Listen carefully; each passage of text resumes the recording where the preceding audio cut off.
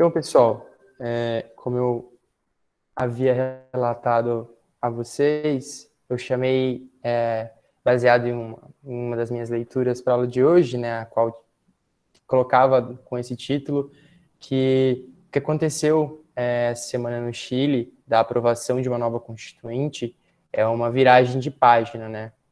Em outubro de 1988, eles aprovaram, através de um plebiscito, a possibilidade de um governo democrático. 3 décadas depois, eles vão enterrar a última herança do que era o governo ditatorial do Augusto Pinochet. Então, é realmente um movimento muito simbólico dentro da esfera tanto da América Latina como do próprio Chile em si. E o que aconteceu nesse plebiscito, né? Eles recebiam 2 cédulas e uma, como vocês podem ver através da imagem, perguntava se a pessoa aprovava ou rejeitava a ideia de uma nova Constituição, e outra, que se caso aprovada, como que essa Constituição ela deveria ser redigida. E aí havia 2 opções: a convenção mista, onde ela era feita por cidadãos eleitos e parlamentares, e a convenção constitucional, que é apenas por cidadãos eleitos, né? Ou seja, sem a participação de congressistas, somente cidadãos que vão ser eleitos a partir de uma votação para formar a comissão responsável pela redação da nova Constituição. Bom, entendido isso, vamos aprofundar um pouco mais. Os dados oficiais, eles confirmaram que essa foi o maior voto, o maior plebiscito da história. Inclusive, a da redemocratização, que foi em 1988, ela foi superada por essa votação. Então, é algo realmente simbólico, fazendo aqui importante lembrar que a votação no Chile não é obrigatória. Desse total, 78% respaldaram a formação de uma nova Assembleia Constituinte. E, além disso, também aprovou a eleição de 100% dos membros do Conselho, que vai redigir a futura Carta Magna da população chilena, que vai acontecer ano que vem, as eleições e a formação dessa comissão. Então, foram 2 coisas que foram aprovadas, que quem vai decidir e quem vai formar o Conselho são pessoas que não são congressistas e não precisam, inclusive, ter filiação partidária, ou seja, elas não precisam fazer parte de nenhum partido. E, além disso, a aprovação da Carta Magna, né, da nova Carta Magna. Isso vai acontecer em abril, onde vão ser as eleições dos representantes. Bom, outra coisa que é de uma magnitude enorme dentro desse acontecimento é também que a Assembleia responsável pela redação da nova Constituição, ela é uma Assembleia paritária. Como assim? 50% dela será formada por homens e 50% dela será formada por mulheres. E isso é um fato sem precedentes na história da humanidade. Nunca houve a formação de uma Constituição com essa relevância paritária. Então, é uma coisa realmente muito significativa. E não suficiente, além disso, eles têm uma cota que ainda não foi esclarecida qual vai ser a porcentagem, mas vai haver cota para povos originários. Ou seja, houve o cuidado da população em criar uma comissão que representasse o máximo de pessoas possíveis, né? E outra coisa que eu achei interessante é que todos os debates que ocorrerão nesse conselho, eles serão transmitidos de forma online. Mas, professor, isso foi do nada? Tipo assim, eles estavam lá e falou, mano, que tal a gente fazer uma nova Constituição, assim? Não, né? Nada, ainda mais um evento dessa magnitude, acontece simplesmente de um acontecimento, né? Ele é sempre um fenômeno multifatorial, né? Ele vai ter várias consequências acima de consequências, né? Mas se a gente for poder resumir o que motivou, é que o famoso milagre chileno de crescimento apoiado no liberalismo econômico, ele vai se chocar com a realidade. Como assim? a gente já vai esclarecer isso. Mas o Chile, ele foi um país, por muito tempo, inclusive, esse discurso é reverberado pelo governo atual do Bolsonaro, né? E é até interessante ver o quão errôneo é esse discurso, de que o Chile, ele é um modelo a ser seguido, né? É um modelo econômico a ser seguido, sobretudo pelo fato de os índices macroeconômicos deles serem altos. Quando digo índices macroeconômicos, eu quero falar no sentido de índice gerais, índice que mede médias gerais, onde você não consegue entender as particularidades de um país. Você só consegue ver índices que conseguem tratar a sociedade. Um exemplo, IDH. O IDH do Chile é o mais alto da América Latina. Isso é um índice geral, mas não quer dizer que toda a população tem um IDH bom. Quer dizer que, em média, a população tem um IDH alto, mas pode ser que 20% dessa população não tenha um IDH alto. Então, há várias minuciosidades que a gente tem que considerar. Bom, a nova Constituição ela vai nascer, então, desse fator histórico, onde vai ser marcado o governo chileno ser marcado por um governo totalmente liberal, e que vai decorrer diversos processos, como, por exemplo, o alto custo de vida, a contração dos salários, porque se você não tem controle estatal nos salários, é óbvio que é possível que haja mais facilmente a possibilidade de diminuição dos salários, sobretudo gastos com o setor privado, eles são altos, você tem que pagar a escola, você tem que pagar a saúde, e o grande marcador, eu acho, dessa crise social, nesse aspecto socioeconômico do Chile, é a previdência social. Eles não têm previdência social inteiramente pública, eles têm que pagar pela previdência deles, e é muito comum que no país eles não tenham acesso a um grande valor durante sua aposentadoria, por causa dessa necessidade de você ter que pagar isso. Então, tudo isso gera um custo de vida alto, e dentro do que eu estava falando da previdência social, um grande marcador da desigualdade dentro do Chile é a população mais velha. Era muito interessante perceber que a população mais velha estava ligada a uma parcela mais pobre por conta dessa dificuldade de ter acesso a direitos que são básicos. Então, isso vai gerar um acontecimento que vai se desdobrar, sobretudo, nas manifestações sociais que começaram em 18 de outubro do ano passado, que a gente viu, né? Que foi marcado muito, novamente, pelas redes sociais, foi bastante compartilhadas, que a gente viu. Então, vamos falar um pouco dessas manifestações, elas que foram importantes. E aí a gente vê um detalhe que é uma coincidência, eu não sei se é boa ou se é ingrata até, né? Que tudo começou por causa de 20 centavos também. Na verdade, 30 pesos chilenos. Quando o governo aumentou 30 pesos chilenos na tarifa do metrô, começaram a ter manifestações, sobretudo dos estudantes. Olha de novo um paralelo aqui com o nosso país em 2013, né? E aí o estopim vai ser em 18 de outubro, quando vão ser vandalizadas cerca de 97 das 136 estações de metrô do país. Vale ressaltar que 20 foram totalmente destruídas e queimadas, né? E não só isso, galera, né, houve também queimadas, por exemplo, da estação do escritório que era responsável pela gestão da saneamento básico e outros movimentos nesse sentido, né, de vandalização e destruição. E, além disso, uma coisa que fez o movimento ganhar muita potência foi a violação dos direitos humanos. Nossa, professor, você está falando que a violação dos direitos humanos deu potência ao movimento? Uma coisa que gera comoção social, sempre promove a aglutinação, né? Tudo que gera comoção gera aglutinação, uma frase aí para marcar. Então, uma coisa que marcou muito foi um jovem de 16 anos que foi filmado, ele foi jogado por um policial nos protestos de uma ponte. Então, essa cena foi chocante e fez com que ganhasse ainda mais participação da população chilena nesses movimentos, né? E dentro dessa violação dos direitos humanos, houve alta presença de órgãos internacionais, como a Anistia Internacional, a ONU, a Watch Human Rights, dentre outras. E aí os protestos eles vão ganhar uma insatisfação geral, como diria Mion, fogo no feno, e aí começa a espalhar o fogo, né?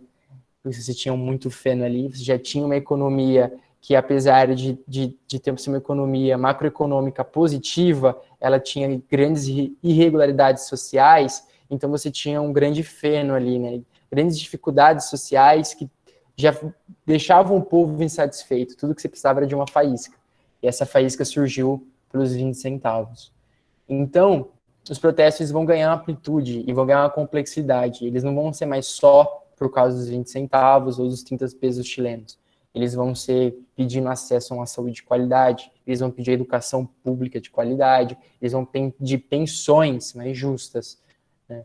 E aí eles vão utilizar, claro, das redes sociais, e mesmo que o Piñera, que é o atual presidente de corrente de centro-direita, ele vai tomar algumas medidas em direção em um aceno aos protestos, como, por exemplo, a volta da tarifa do metrô, a diminuição no preço de alguns medicamentos, por causa da população mais velha, né? E algumas melhorias, mesmo que poucas, nas pensões. Mas não vai ser suficiente, e em dezembro ele vai anunciar o plebiscito. Então, no passado, já tinha anunciado o plebiscito. Esse plebiscito que aconteceu essa semana era para acontecer em abril, só que ele foi postergado por causa do coronavírus. E mesmo assim, mesmo com o anúncio do plebiscito em dezembro do ano passado, os protestos eles ainda continuaram. Claro que não tanto, não tão fortemente, mas ainda assim continuaram em pleno coronavírus. Bom, então a maturação dessa nova Constituição ela vai surgir por dois lados, pessoal. Um aspecto, eu dividi para vocês entenderem melhor, um aspecto socioeconômico e um aspecto histórico e de conteúdo da própria Constituição. Então, ela tem uma série de cadeados colocada pela comissão que redigiu essa Constituição, que foi feita a pedido de Pinochet, para que ela conseguisse se preservar como modelo econômico liberal. Então, era difícil você mudar ela. E, com isso, a privatização de direitos básicos, como saneamento básico, educação e saúde e previdência social, ela permaneceu. Esses sérios de enclaves, que a gente vai falar um pouco mais depois, ela garantiu esse modelo liberal da economia chilena. Então, se o Chile é, ao mesmo tempo, um oásis para investidores, né? Essa comparação é muito comum. O Chile é a Suíça da América Latina, com indicadores macroeconômicos positivos, como o PIB per capita, o IDH mais alto na América Latina, como eu já disse para vocês. E, em contrapartida, o Chile ele vive, então, com grandes problemas sociais, as aposentadorias insuficientes, o endividamento universitário, que é muito comum, planos de saúde caríssimos, e tudo isso vai gerar o quê? Um alto custo de vida.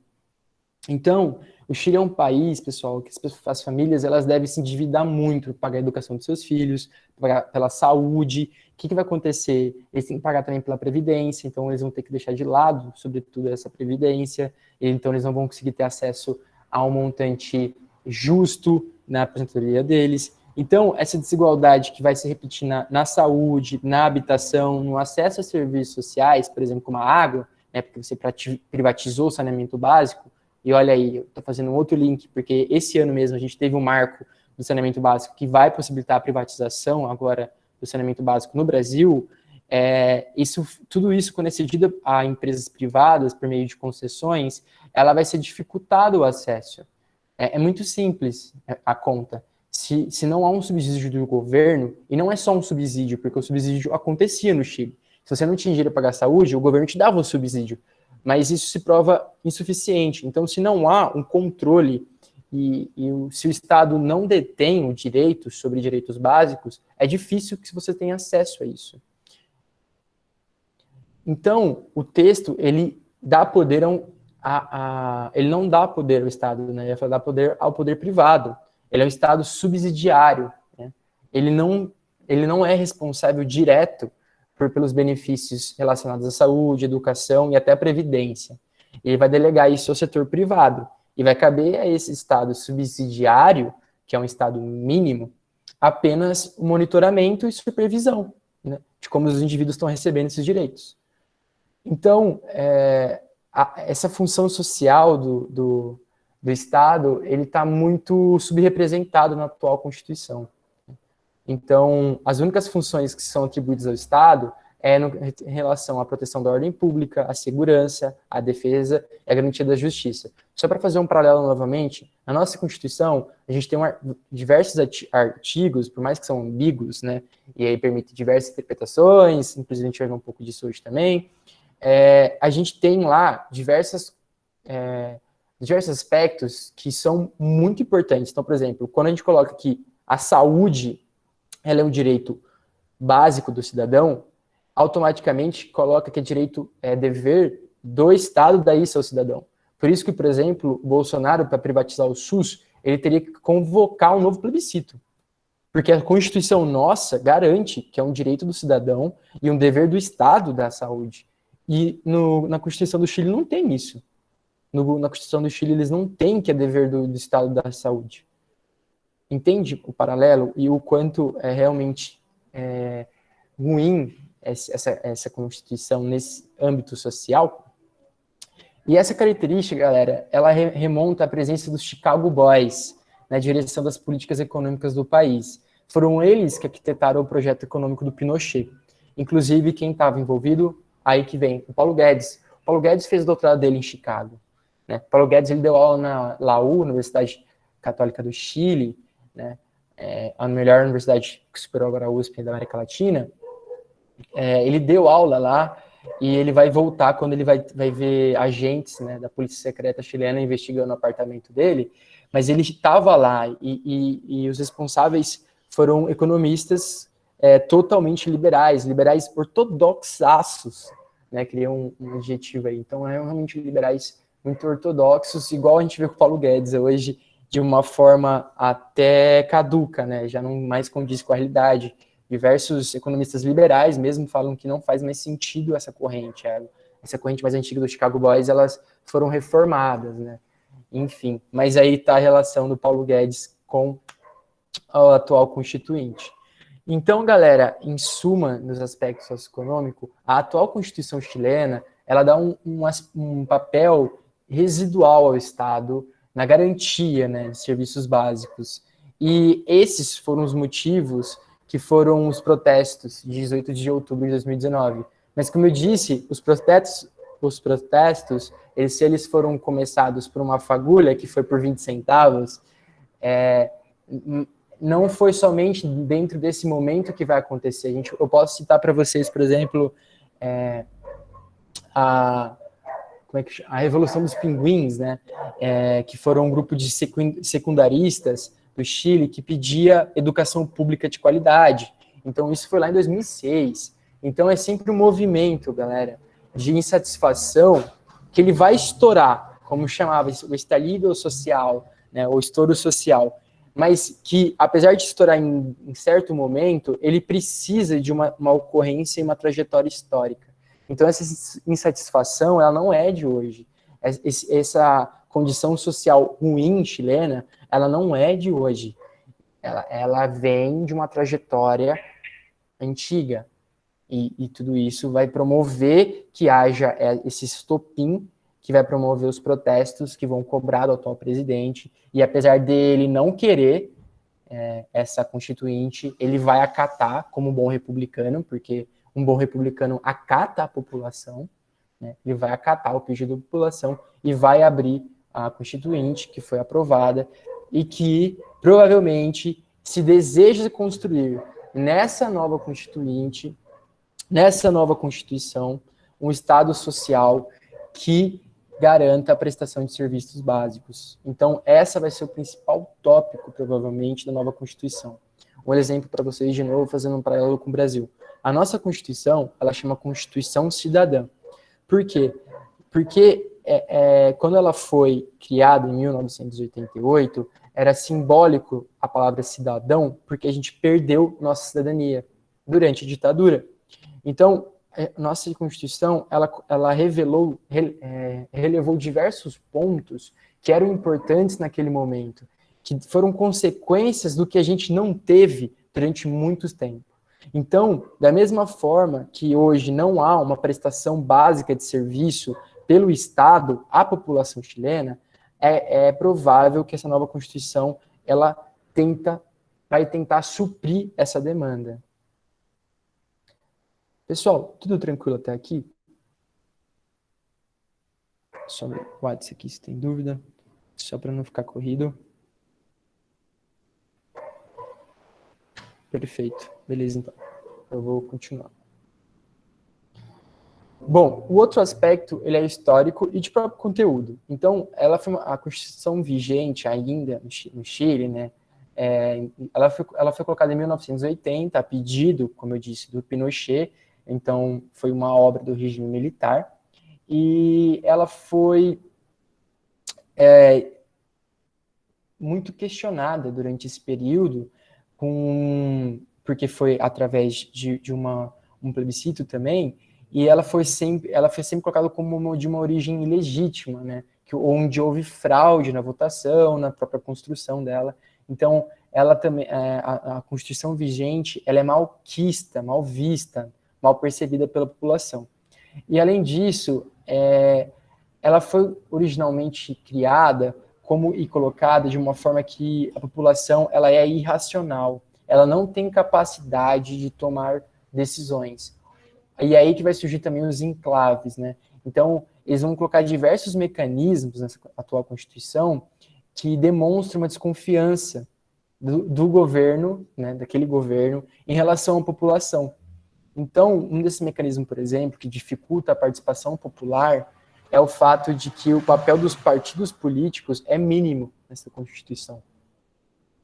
Por exemplo, em 2005, o presidente de esquerda do Chile dessa época, que era o Lagos, ele vai mudar uma parte que era também um desses mecanismos que comprova essa irracionalidade do povo, onde o Supremo Tribunal deles podia escolher senadores, né? Então, membros do Exército também podiam escolher senadores. Então, eram senadores que não tinham qualquer ligação com a população, não eram eles que decidiam, eles eram simplesmente escolhidos. Então, isso foi, por exemplo, uma mudança de 2005. Então, e também, além disso, a termos de conteúdo, por exemplo, que ela é muito rígida, né? Para fazer qualquer modificação, você precisa de uma maioria de 2/3 ou 3/5 dos senadores e deputados.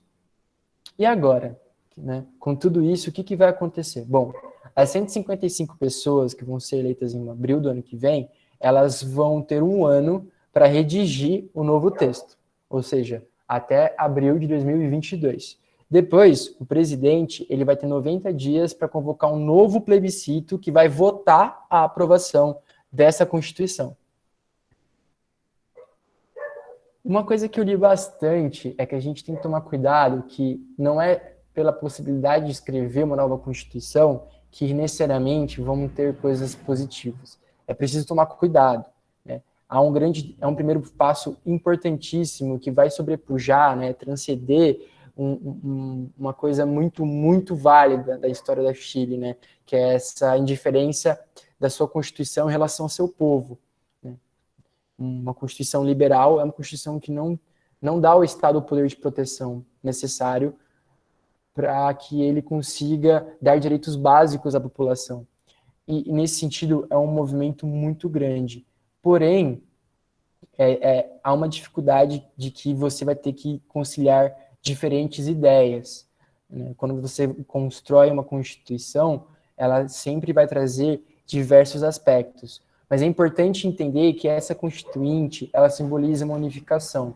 E eu vou trazer de novo o papel do Piñera. Claro que foi um movimento político, porque ano que vem vai ter eleição no Chile, dele acenar para a população que pediu. Pessoal, 78% pediu uma Constituinte, votou positivo pela nova Constituição. Ou seja, era uma declamação do povo. Era claro que ele queria, que o povo gostaria disso. E o Piñera acenando ao povo, a gente não pode olhar de uma forma benevolente. Nossa, ele é bom, apesar dele não querer a Constituinte, ele liberou. Não, é um aceno político, é um movimento político. Sobretudo, mais uma vez, que ano que vem tem eleição. Entretanto, no discurso dele, na hora de declarar, né, aprovado, então, a formação nova Constituinte a partir do ano que vem, ele vai falar da unificação chilena. E isso é verdade.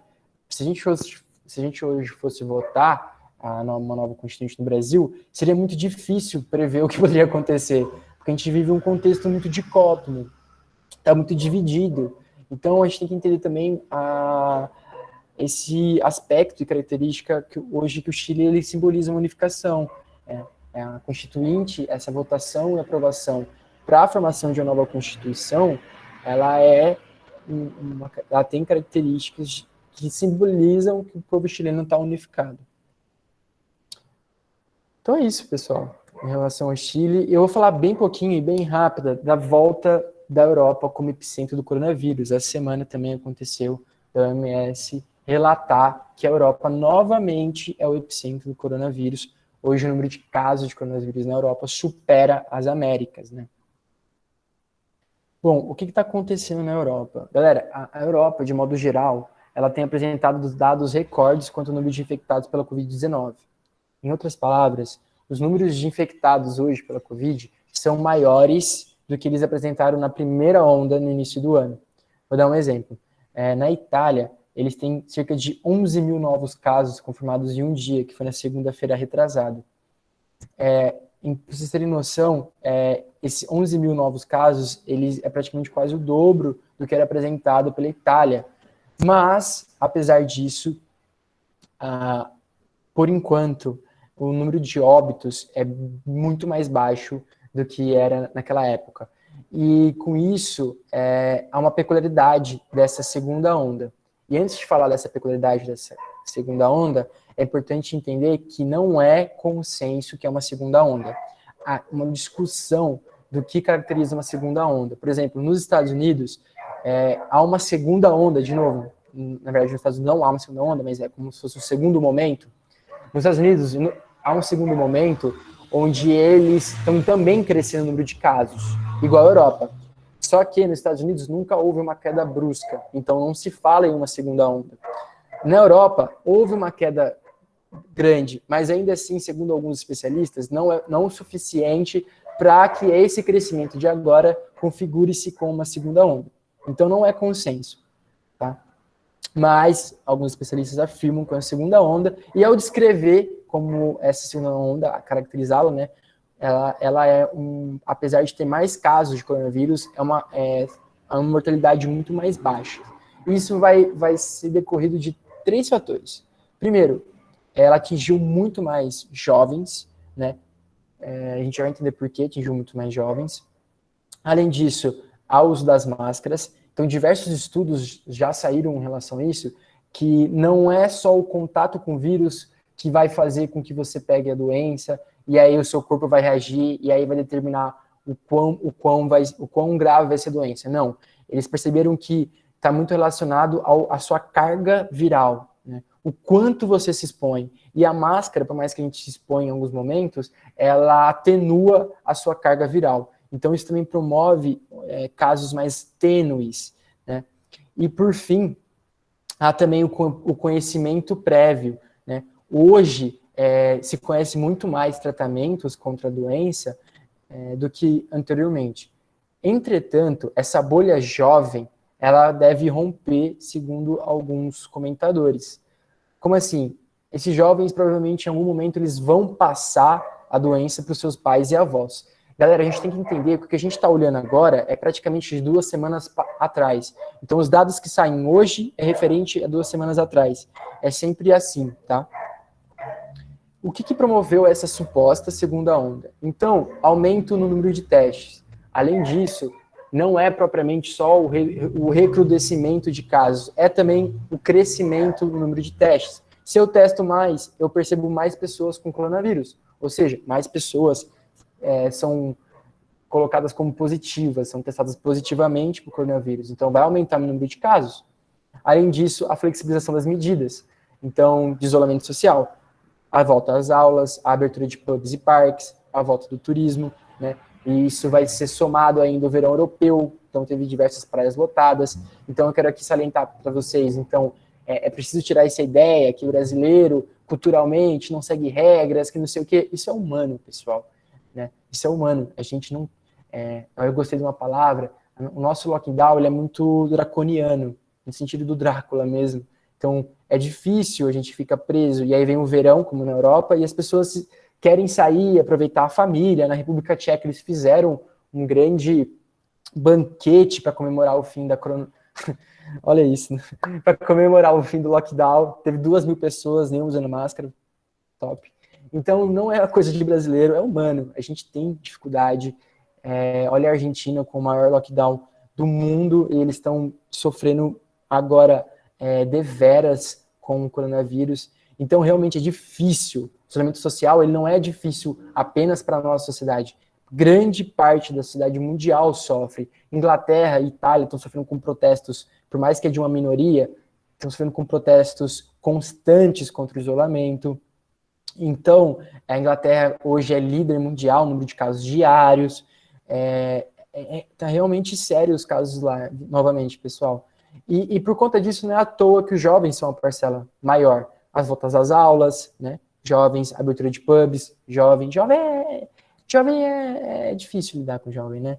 Enfim, então eles falam que nesse primeiro momento tem que observar, porque não necessariamente esse nível de óbito baixo ele vai permanecer. É possível que ele também haja um recrudescimento dessa mortalidade, por causa de que essa bolha dos jovens ela se estoure e chegue à população mais velha.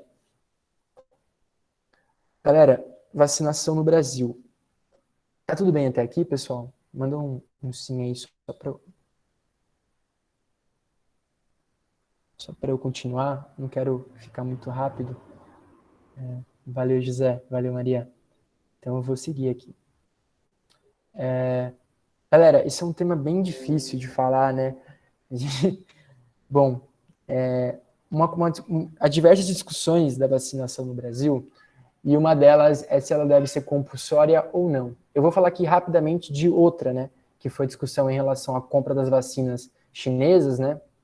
A Coronavac, que ela foi comprada já pelo governo do estado de São Paulo, e o Bolsonaro ele vetou a compra, e aí eu vou falar disso agora, porque acabou de sair a notícia de uma fala do Mourão, que falou que vai comprar vacina sim. Né? Então, eu não quero entrar muito, porque é óbvio que isso é um jogo político do Bolsonaro, pensando em 2022, ele não quer dar essa graça e esse mérito ao Dória, né, de que ele fez a mediação com a China. A OMS ela soltou uma nota que a vacinação completa e plena da população, ela vai ocorrer a partir de diferentes fontes. Como assim? A vacinação da população ela vai decorrer de diferentes vacinas. Não vai ser só um tipo de vacina que vai ser usada pelos países. Né? Para você conseguir uma ampla vacinação, você tem e deve contar com diferentes tipos de vacina. Senão, não vai dar conta, nesse primeiro momento, de vacinar a população. Então, é realmente difícil e é bom a gente prestar atenção, tá bom? E hoje a gente vai falar da questão de ser compulsória ou não, né? Ele disse agora na semana retrasada, na segunda-feira, respondendo como fala, tá lá no cercadinho dele, né? Esqueci, caramba, um aprovador dele, né? E ele respondeu, e ele estava falando que tinha que tornar a vacinação obrigatória, e ele vai falar assim, o governo federal não vai obrigar ninguém a tomar essa vacina, né? E aqui ele estava repetindo e terminando, falando para a imprensa, no caso, que eu trouxe a fala. E a discussão em torno da obrigatoriedade, ele já tinha falado algo nesse sentido lá no final de agosto, e voltou agora, porque o Dória, né, aí vem de novo o jogo político, falou que a vacinação no estado de São Paulo vai ser obrigatória. Então, o presidente volta a tocar nesse assunto por conta disso, né, após essa fala do Dória.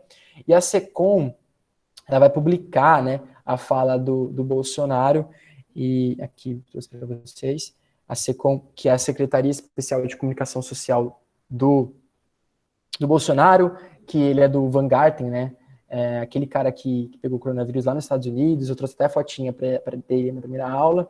E hoje é pelo ministro Rodrigo Faria, que é o genro do Silvio Santos, né? Enfim, a SECOM ela é subsidiada ao Ministério da Comunicação, que é do Rodrigo Faria, né? E aí tá aí, né? O governo do Brasil preza pela liberdade dos direitos. A gente vai discutir isso, né? Essa tal liberdade que é defendida na Constituição, que é alegada como inconstitucional obrigar a pessoa a se vacinar. A gente vai falar sobre isso.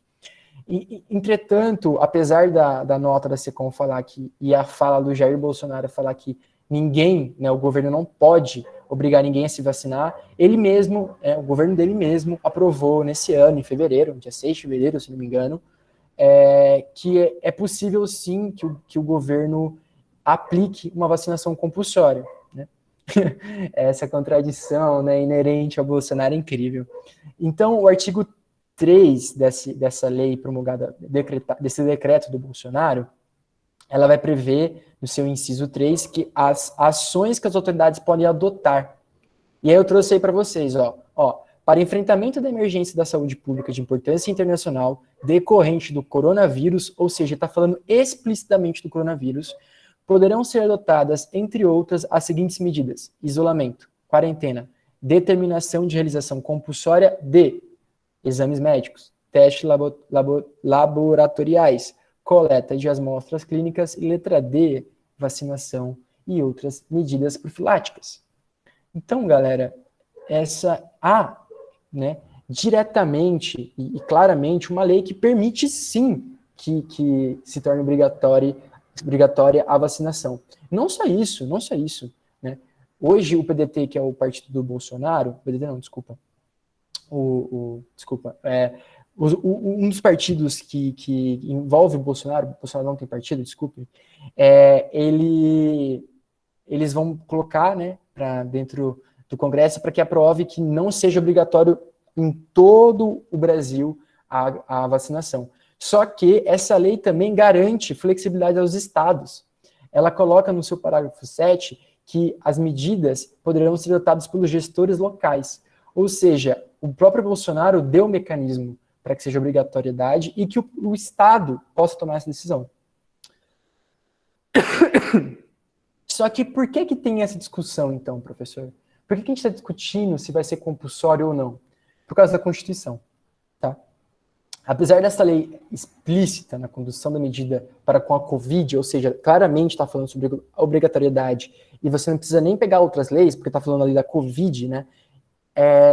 Há hoje uma controvérsia, né? Inclusive essa controvérsia e discussão chegou até no STF, o Fux, o atual presidente do nosso Superior Tribunal Federal, ele vai falar que é necessária uma judicialização sobre a questão da vacinação.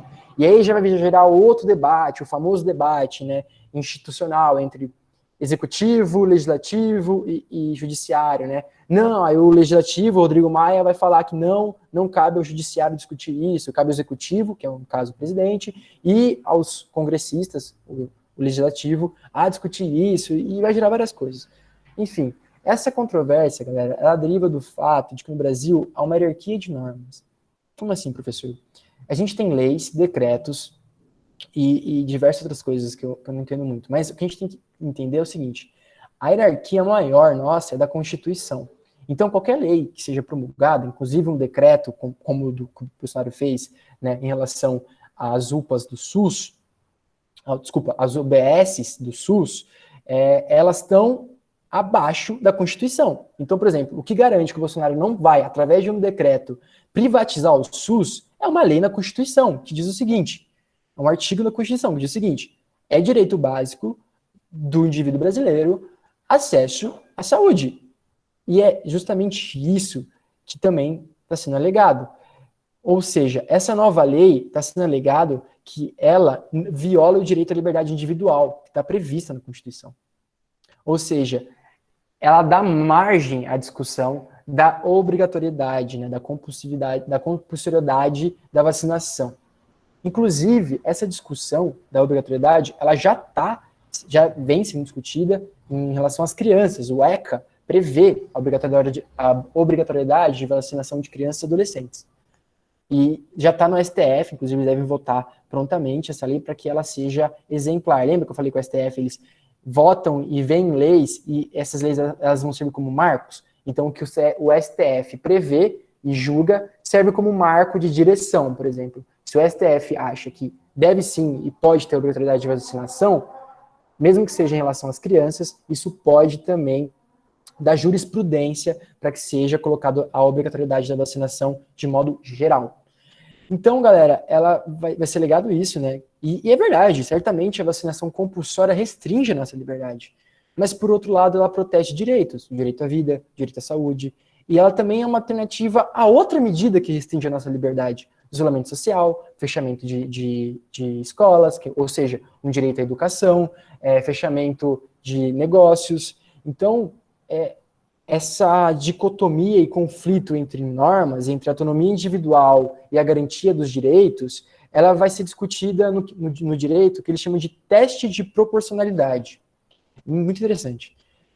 Quando vinha algum amigo de vocês de antivacina conversar com vocês sobre isso, vocês não precisam nem entrar no que é claro, né? É óbvio que vacinar é um ato coletivo, é óbvio.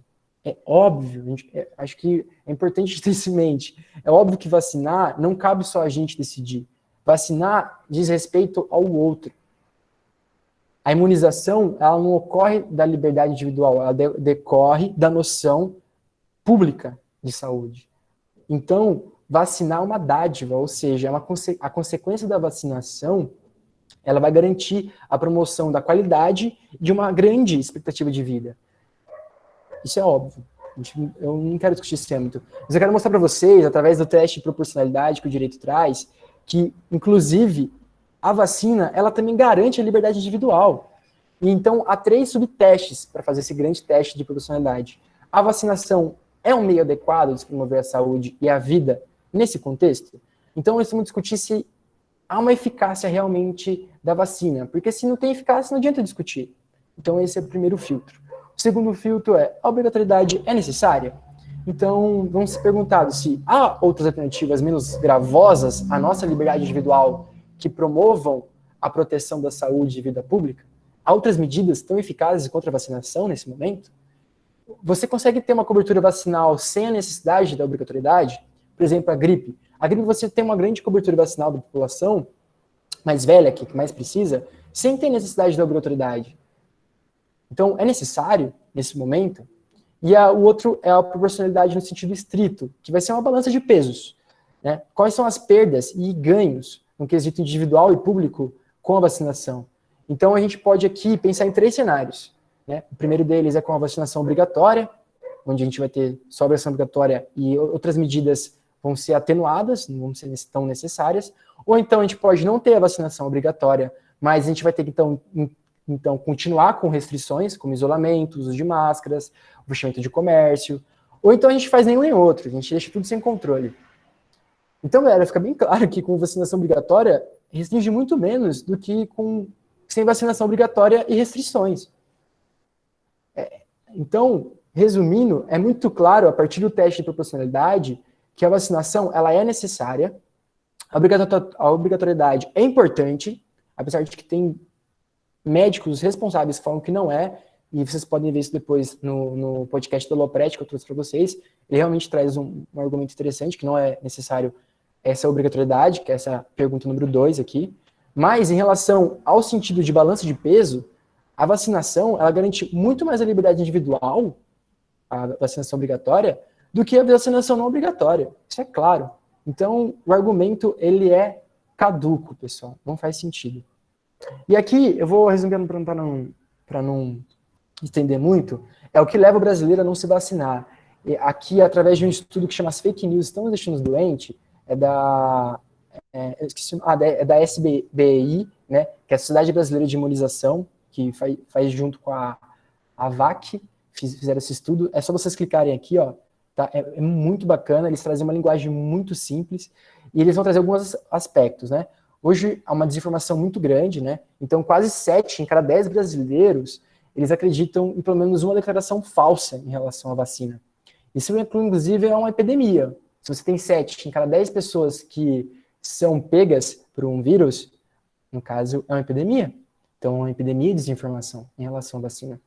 E outro dado que eu achei interessante é que 8% dos brasileiros, eles consideram as vacinas parcialmente inseguras e 6% consideram as vacinas totalmente inseguras. E grande parte desses que consideram, de algum modo, inseguro a vacina, eles tiram a informação deles de onde? Da rede social. Né? Da rede social. Achei que eu ia falar palavrão, né? E, galera, a desinformação brasileira, ela vem de onde, né? Dos Estados Unidos. A gente não só importa eletrônicos, McDonald's, a gente importa desinformação também, é incrível. Então, o movimento antivacina americano, ele é enorme, pessoal, ele é muito grande. Inclusive, se vocês digitarem assim, movimento antivacina nos Estados Unidos, vocês vão ver surtos de sarampo, que são doenças erradicadas aqui no Brasil, em escola, porque os pais não vacinam, não acreditam. Sobretudo porque hoje o principal argumento de que vacina causa autismo vem de um estudo falso de um médico americano. Por exemplo, eu trouxe para vocês, né, foram perguntadas a população americana e a brasileira, não a mesma pesquisa, mas pesquisas cada um no âmbito do seu país, se gostariam de ser vacinadas. No Brasil, 9% responderam que não gostariam de ser vacinadas. Nos Estados Unidos, isso chega a 20%, quase. Então, realmente, o movimento antivacina lá é muito grande e todos os dados, todo o conteúdo que são produzidos originalmente em relação a ser contra a vacina, eles são feitos nos Estados Unidos e depois são replicados aqui no Brasil. E por hoje é isso, pessoal. Coloquei só entre aspas, porque realmente é uma carga relativamente grande de informação, mas eu acho que é importante. E é o que eu trouxe para vocês 3 coisas interessantes aqui a serem vistas, como esse vídeo do BBC, que fala sobre como a injustiça racial em alguns estados está ligada à eleição, agora americana, e isso, Maria. A vacina obrigatória, sim ou não, escutem da Lopretti, é só clicar aqui, o pessoal é muito bom, inclusive ela vai trazer um cara que fala que não é necessária a obrigatoriedade, tá? Mas não no sentido de restringir a liberdade, porque isso é uma argumentação caduca, mas no sentido de que não é necessário, e ele vai responder lá por quê. Então, assistam, é muito bom. E o caso Robinho, é um vídeo do Ricardo Marcílio, que é o professor de atualidades do Descomplica, eu tive aula com ele quando eu fiz curso em 2018, ele é muito bom, e sobre o quanto a gente está realmente anestesiado em relação a algumas coisas, né? Então, o Robinho, ele foi condenado por estupro em 2013, lá na Itália, ele é contratado por um grande clube e não houve grande comoção nacional, né? Houve uma pressão social, claro, inclusive diversas patrocinadores ameaçaram parar de patrocinar o Santos, uma inclusive parou de patrocinar o Santos, mas mesmo assim a gente agiu como se fosse normal, né? Então é uma coisa também aí bem triste, e eu acho interessante também vocês darem uma olhada. É isso, pessoal. Obrigado por hoje. Vocês são guerreirinhos, como sempre eu vou salientar isso. E é isso, eu tô sempre com o canal aberto, só manda mensagem para mim, qualquer coisa, qualquer dúvida. Obrigado mais uma vez aí. E é isso, então. Vou semana que vem mandar o filme para vocês, tá bom? E a gente começa a discutir. Valeu? É isso. Valeu, bom final de semana aí para vocês, pessoal.